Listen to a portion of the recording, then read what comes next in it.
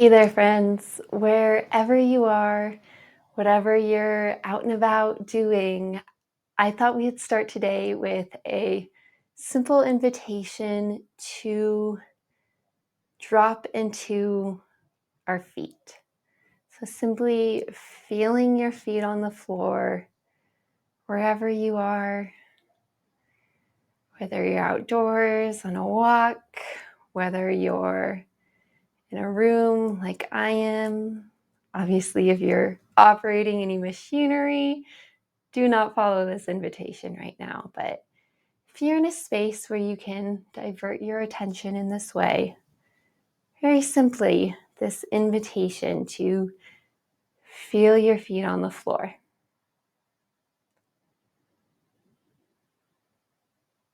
Maybe pressing one foot and then the other a little bit more firmly. If you're standing, maybe rocking back and forth, side to side. Just a moment to drop out of our heads, out of whatever task we've been out doing, out of the chaos of the world that we may be caught up in, to simply feel your feet on the floor. It's a practice that I have found certainly doesn't solve all of our problems, but can be a wonderful first step, especially as we get caught up in the chaos of life, all the stories of all the things that are so important and all the things that need to happen right now. Some of those stories more valid than others. Just knowing there's always this invitation to step out of that, if only for a moment, to feel your feet on the floor, maybe connect with your breath, maybe to bring in some nice gentle movement as you connect with your breath.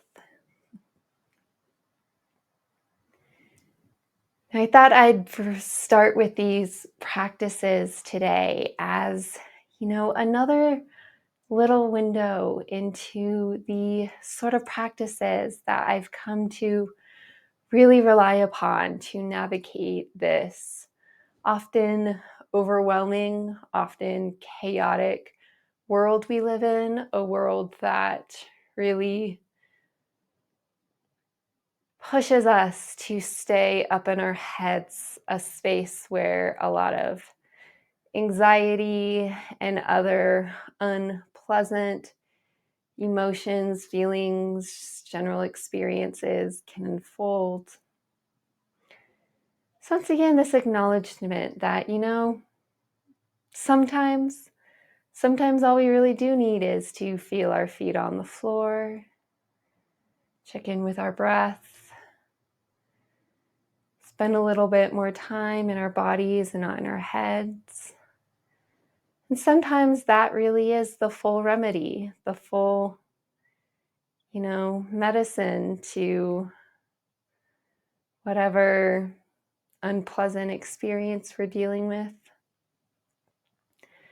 But not always. Sometimes it is only a first step. But even if it is a first step, acknowledging how wonderful it is to take a step in a supportive, beneficial direction.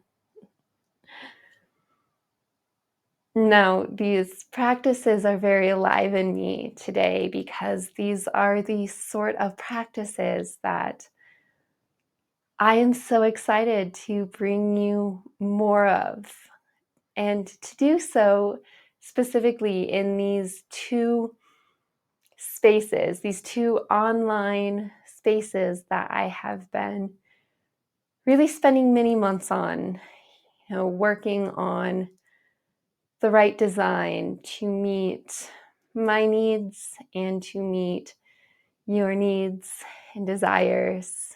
And, when I started this 7-day experiential event that we're going through here on YouTube, I wasn't quite sure if these spaces would be ready, but these last couple days I've been working with them a little bit further, and it's become clear to me that they are ready, and more than that, that they really need to be made available to the public. And these really incredible, difficult times that we're in, times where there's so much playing on the world stage, there's so much going on in our own lives, there's so much happening on our planetary level, in the ecosystems, with these drastic changes that we're experiencing. And it's really just become my deepest desire to bring forth a space where we can not disconnect from the reality of the world that is playing out, but to get out of the anxiety and the chaos and oftentimes the depression and that freezing that happens to us when we're so overwhelmed, and to really be able to drop into a space where we're able to find a little bit more peace and safety and comfort, and to be able to really align with, what is mine to hold, what is mine to act upon, and what is mine to acknowledge while recognizing that I really don't have power there. So it's not worth staying up all night being anxious about. These types of things, right, that I find so challenging in a modern world where we're just overwhelmed with so many of these coulds and shoulds and just bombarded with really difficult news, while we're simply here trying to pay the bills and go do the things that we want to do, because frankly, we deserve to be able to do that. And at the same time, there are very important actions that need to be taken to help heal and nourish, overall, support this deep mess of things that we've made in this world of ours. Now, if you're watching this right when this video is coming out, know that, this official release of this space is going to unfold over these next few days. If you're watching this, 3, 4, 5 days later or beyond that, just know that this space is now live, a space that we can come together in ways similar to this, having conversations about important things while bringing forth embodied practices to help us, rest our nervous systems and to really deal with what's alive in our lives and in the world in a manageable way, to be with that which is a bit heavier, a bit darker, and to allow room for light and joy and abundance, because it's all here and it's all available to us if only we can navigate it all with a little bit more art and skill. So with that, just ending here today with another moment to rest in what is alive in your being, in your body, right? In your experience of it all here in this space. What's alive for you? What feelings, what emotions, what thoughts? and without getting too caught up in those thoughts because they are very prone to take us away down different rabbit holes. Just a moment to be with what is alive in you.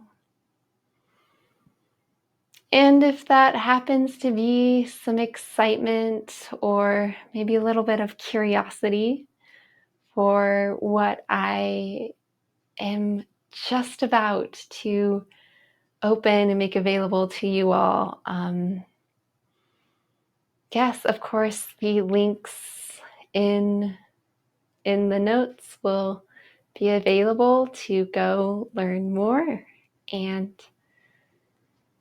yeah, with that, as always, thank you for tuning in with me today, and I will catch you in the next space, whatever space we find ourselves in together.